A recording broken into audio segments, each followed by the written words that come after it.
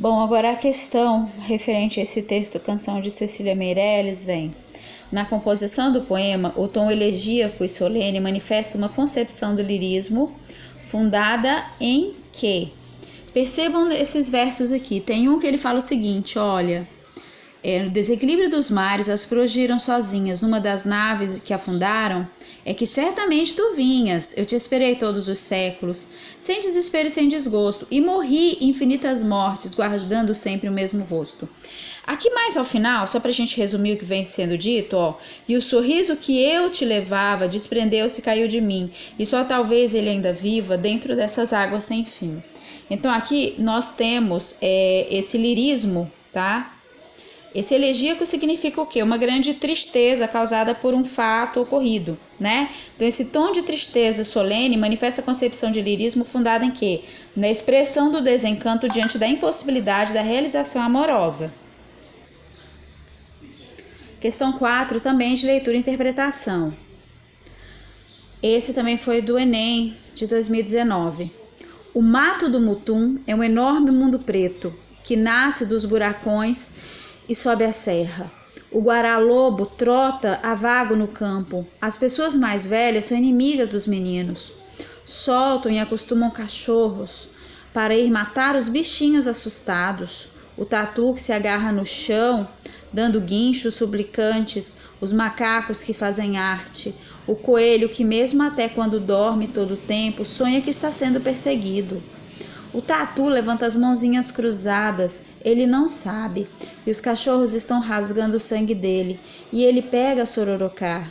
O tamanduá passeia no cerrado, na beira do capoeirão. Ele conhece as árvores, abraça as árvores. Nem pode rezar, triste é o gemido deles campeando socorro. Todo choro suplicando por socorro é feito para Nossa Senhora, como quem diz a Salve Rainha. Tem uma Nossa Senhora velhinha. Os homens, pé ante pé, indo a peita-vento, cercaram o casal de tamanduás, encantoados contra o barranco. O casal de tamanduás estavam dormindo. Os homens empurraram com a vara de ferrão. Com pancada bruta, o tamanduá, que se acordava, deu som surdo. No corpo do bicho, quando bateram, o tamanduá caiu para lá, como um colchão velho. Nessa obra de Guimarães Rosa, destaca-se o aspecto afetivo no encontro da paisagem dos sertões mineiros.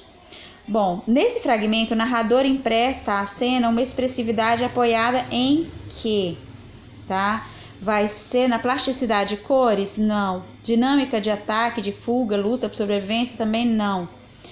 Na verdade, é pela humanização da presa em contraste com o desdém e a ferocidade do homem. Percebam que em muitos trechos fala desses animaizinhos acuados, né, sofrendo, né, sendo rasgados, tá? Então, eles são colocados primeiro, eles são personificados, né? Personificados, ou seja, como se eles fossem pessoas, né? Quer dizer, pedir socorro, o ato de pedir socorro, passear no cerrado, abraçar as árvores, né? Então, suplicando por socorro. Então, tem várias atitudes aqui que traz a personificação desses animais que são tidos como presas. São eles que estão morrendo nas mãos, né, do cachorro, caçador, e do homem propriamente dito. E esse homem, pé ante pé, está caçando esses animais. E, por fim, ele caça o casal de tamanduás. Tanto a resposta correta é a letra E, né? Humanização da presa em contraste com o desdém e a ferocidade do homem no ato da caçada. Na questão 5, questão do Enem de 2018, mais uma leitura e interpretação, e a gente, além de leitura e interpretação, tem que haver uma contextualização histórica com relação às informações que a gente vai ter lá na própria questão. O trabalho não era penoso. Colar rótulos, meter vidros em caixas, etiquetá-las, selá-las, envolvê-las num papel celofane, branco, verde, azul, conforme o produto. Separá-las em dúzias. Era fastidioso. Para passar mais rapidamente às 8 horas, havia o remédio: conversar. Era proibido, mas quem ia atrás de proibições? O patrão vinha? Vinha o encarregado do serviço? Calavam o bico. Aplicavam-se ao trabalho.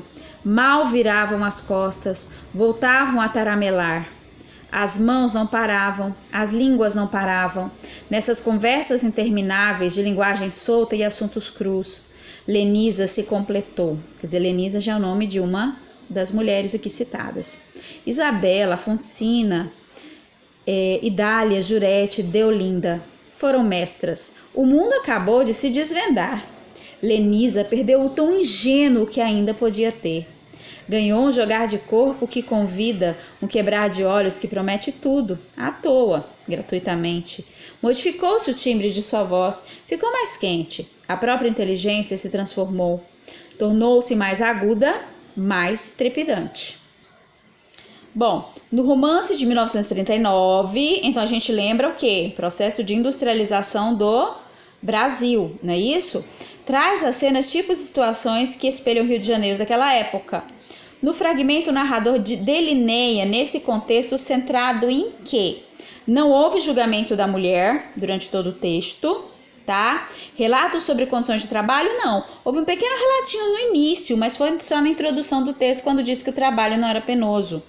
Há destaque de grupos populares? Também não. Processo de inclusão do palavrão? De jeito nenhum, não houve palavrões aqui no texto. Agora, na letra E fala o seguinte: vínculo entre as transformações urbanas e os papéis femininos. Quer dizer, o papel feminino, a mulher trabalhar na fábrica, a mulher pegar outra cultura, outros conhecimentos com outras mulheres, ter mais liberdade, isso aí sim, portanto, a correta é a letra E.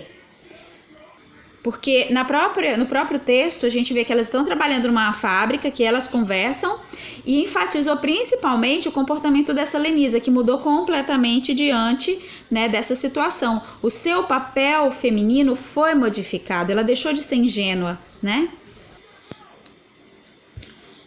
Questão do Enem 2017, na questão número 6, o farrista. Quando Almirante Cabral pôs as patas no Brasil, o anjo da guarda dos índios estava passeando em Paris. Quando ele voltou de viagem, o holandês já está aqui. O anjo respira alegre. Não faz mal, isto é boa gente. Vou arejar outra vez. O anjo transpôs a barra, diz adeus a Pernambuco, faz barulho vucu-vucu, tal qual Zé Pelim. Mas deu vento no anjo, ele perdeu a memória e não voltou nunca mais. Essa questão, inclusive, ela é repetida, né? Acredito eu que ninguém errou essa questão. Porque, a obra de Murilo Mendes situa-se na fase inicial do modernismo, cujas propostas estéticas transparecem no poema por um eu lírico que faz o quê? Ele remonta ao colonialismo, o processo de colonização do Brasil, né? Então, Almirante Cabral, português, né? Fala sobre a invasão holandesa, então ele fala sobre o processo de colonialismo do Brasil, de acordo com o viés iconoclasta, né? Ou seja, uma ruptura daquilo que a gente imaginava sobre o Brasil. Né? Quer dizer, o Brasil foi descoberto pelos portugueses. Não, ele foi invadido, não é isso? Quer dizer que até o anjo da guarda dos próprios índios aqui simplesmente não voltou e os índios foram entregues, né, a todas as mazelas trazidas e ocasionadas então nesse processo de colonização. Por isso, remonta o colonialismo, assente um viés iconoclasta, letra B é a correta. Essa questão também do modernismo do Enem 2016, a gente vai precisar de uma interpretação e também uma contextualização histórica, né? Porque todos os poemas modernistas, eles falam de fatos cotidianos, mas eles narram também acerca da realidade, do sofrimento que a humanidade estava passando durante aquele período. A gente tem que lembrar que era período da Primeira Guerra Mundial, né, entre a Primeira Guerra Mundial e a Segunda Guerra Mundial. A Primeira Guerra Mundial tinha terminado em 1918, então em 1922 ainda tinham certos resquícios desse sofrimento todo, mas vem a Segunda Guerra Mundial ali, que ocorre de 1939 a 1945, então as dores são grandes. Então olha só esse texto. Anoitecer. A Dolores. É uma hora em que o sino toca, mas aqui não há sinos, há somente buzinas. Sirenes roucas, apitos, aflitos pungentes, trágicos, uivando escuro segredo. Desta hora tenho medo. É hora do descanso, mas o descanso vem tarde. O corpo não pede sono, depois de tanto rodar. Pede paz. Morte, mergulho, no poço mais ermo e quedo. Desta hora tenho medo. Hora de delicadeza, agasalho, sombra, silêncio. Haverá disso no mundo? Olha só a pergunta. Haverá disso no mundo? É antes a hora dos corvos, bicando em mim. meu passado, meu futuro, meu degredo, desta hora sim tenho medo. Aí a gente vem com base no contexto da Segunda Guerra Mundial, tá? Segunda Guerra Mundial. O livro A Rosa do Povo revela desdobramentos da visão poética no fragmento. A expressividade lírica demonstra justamente o quê? Seria defesa da esperança? Não, nós não vimos isso em nenhum ponto do poema. Desejo de resistência às formas de opressão? Também não vimos isso no poema. Nós vimos sim o quê? Um olhar pessimista das instituições humanas e sociais submetidas ao conflito armado, né? Dá pra gente ver em todo o poema esse olhar pessimista de sofrimento. Ele constantemente fala, desta hora tenho medo, né? Então o medo é um sentimento extremamente pessimista, portanto a correta é a letra C. Essa aqui do Enem de 2016, leitura e interpretação também, ó. O bonde abre a viagem, no banco ninguém, estou só, estou sem. Depois sobe um homem, no banco sentou, companheiro vou. O bonde agora está cheio, de novo, porém, não sou mais ninguém, né? Então vamos ver o que está sendo dito na questão. O desenvolvimento das grandes cidades e a consequente concentração populacional nos centros urbanos geraram mudanças importantes no comportamento dos indivíduos em sociedade. No poema de Mário de Andrade, publicado na década de 1940, a vida na metrópole aparece representada pela contraposição entre quê? Percebam bem, ó. Estou só, estou sem. Depois ele fala o quê? Que no bonde, o bonde está cheio, mas eu não sou mais ninguém. Então, entre a solidão e a multidão. A contraposição, então, que ocorre neste poema, portanto, letra A. Acertou quem marcou letra A. Último poema, na questão 9 agora, também ocorrida no Enem de 2016. Descobrimento. Esse poema vocês já conhecem, mas nós vamos ver porque agora diretamente com uma questão que caiu no Enem a respeito dele. E a gente tem que lembrar que esse poema Descobrimento, tá? Ele vai trazer uma questão social. Ele foi escrito, como todos os poemas modernistas, né? Como se estivesse contando uma história, em tom prosaico, como costuma dizer, né? Vamos lá, então. A bancada escrivaninha em São Paulo, na minha casa da rua Lopes Chaves, de sopetão senti um friume por dentro. Fiquei trêmulo, muito comovido, com o livro Palermo olhando para mim. Não vê que me lembrei que lá no norte, meu Deus, muito longe de mim, na escuridão ativa da noite que caiu, um homem pálido, magro, de cabelos escorrendo nos olhos, depois de fazer uma pele com a borracha do dia, faz pouco se deitou, está dormindo. Esse homem é brasileiro que nem eu. Aí vem o poema do Descobrimento de Mário de Andrade, marca a postura nacionalista manifestada pelos escritores modernistas, recuperando o fato histórico do descobrimento. A construção poética problematiza a representação nacional a fim de que? Vamos observar aqui. Será que é resgatar o passado indígena? Não, né? Essa aqui a gente já lança fora, não tem nada a ver com o passado indígena. Criticar a colonização portuguesa no Brasil? Aqui também não foi dito nada a respeito de processo de colonização. Agora na letra C, defender a diversidade social e cultural brasileira? Sim, nesse viés sim. Por quê? Se a gente for observar, tá falando do cidadão que mora, né, em São Paulo, que ele está sentado à sua escrivaninha nessa rua, né? E se na casa dele tem uma escrivaninha, porque tem um escritório, então ele vive muito bem. E aí ele vai, olha para um livro lá e lembra de que alguém lá no norte do Brasil, na região da Amazônia, Pará, né? Muito longe de si, está, né?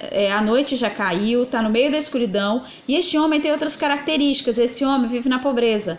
Então é um homem pálido, magro, né? De cabelos escorrendo pelos olhos, depois de fazer a pele da borracha do dia. Então eles fazem coisas diferentes. Então dá pra gente ver uma contextualização cultural totalmente diferente, né? Uma diversidade multicultural do Brasil, tá? Então, portanto, a letra C. E a gente tem que observar também que esse poema pode ser que venha uma outra pergunta do Enem voltada para a questão social. Qual é a questão social abordada aqui, né? A diferença de classes sociais. Enquanto alguém vive muito bem, outros vivem grandes dificuldades, né, em regiões bastante atrasadas, né, com condições subhumanas de trabalho. A questão 10, eu não passei para vocês copiarem porque ela não é propriamente de língua portuguesa, mas como engloba a área de linguagens, é dentro da disciplina de artes, né? A gente vai observar então essa pintura, uma pintura cubista por causa dos desenhos, né? Dá pra gente observar as linhas, esse privilégio, né? As linhas retas e bem precisas, tá? Então vamos lá. O modernismo brasileiro teve forte influência das vanguardas europeias. Vanguardas europeias, a gente vai ver, por exemplo, a questão do futurismo, do surrealismo, né, que é a fuga da realidade, tá?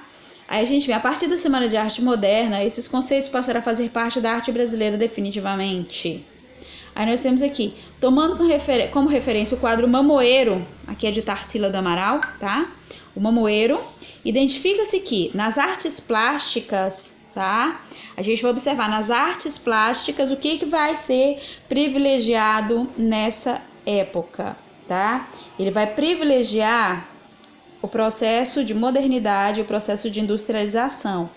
Então, nesse quadro prevalece o chamado futurismo nas artes plásticas, né? Que são justamente essas vanguardas europeias, tá? Então, quer dizer, a modernidade, dá pra gente observar aqui que já é uma região que foi modificada pelo homem, tá vendo? Por isso, a imagem privilegia uma ação moderna e industrializada. Se não foi colocada para vocês responderem, mas é bom a gente ver isso aí. E até fica como dica de vocês darem uma olhada, porque na área de linguagens vai cair algumas questões de artes e sempre cai alguma questão relacionada às artes plásticas do período modernismo, tá bom?